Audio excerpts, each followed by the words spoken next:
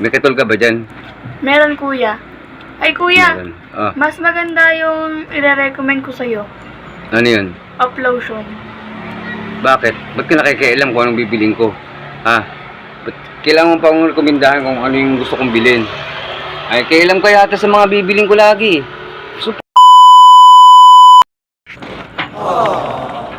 magbilang po, te. Oh kuya, ano nangyari sa mukha mo? Quit ka ba? Ay, hindi ako puyat. Pupuwit ba ako? Hindi, wala. Alata ba sa akin puyat? What? Ha? Alam mo, hindi ako nakatulog. Dami kasing lamok sa amin, saka brownot pa kagabi. Dami ko nga rin kagat eh. Sino ba naman makakatulog dun? Ikaw, makakatulog ka bang ganun, brownout, tapos daming lamok, makakatulog ka ba? Hindi. Galit. Tapos tatanong ka pa kung puyat ako o nakatulog. Ano palang bibilin mo kuya? May katul ka ba dyan? Meron kuya.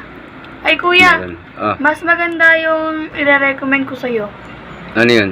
Up lotion. Bakit? Ba't ka nakikialam kung anong bibiling ko? Ha? Ba't kailangan pa akong rekomendahan kung ano yung gusto kong bilhin? Ay, kailam ka yata sa mga bibiling ko lagi. So, pakailaman mo na rin yung buhay ko. Suggest lang naman kuya. Oh, nasa Diyos ka pa eh. Kayo mo ako magsabi kung anong bibiling ko. Hindi yung nasagyasan mo pa ako ng bibiling ko. Op lotion ka pa dyan. Binibili ko katol, di ba? Sige. Bigyan mo ko isa. Bigyan mo ko ng op lotion.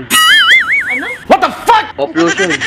Alas up lotion yun. Pero kung sinasabi, ibilin mo rin pala. Eh, inuuna mo kasi ako eh. Alam mo lang Siyempre, yung mo, di bibiling ko na. Isang op lotion. Para makatulog ako ng maayos sa amin. Baka peki din ha.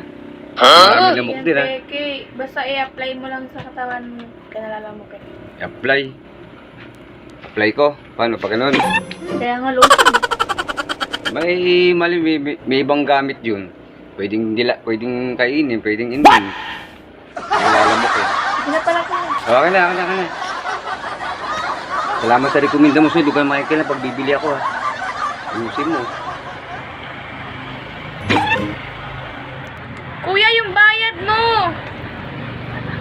Ay sorry, nakalimutan ko. Hindi ka kasi rekomenda eh. Salamat ha. Visa ha. Visa yun ha.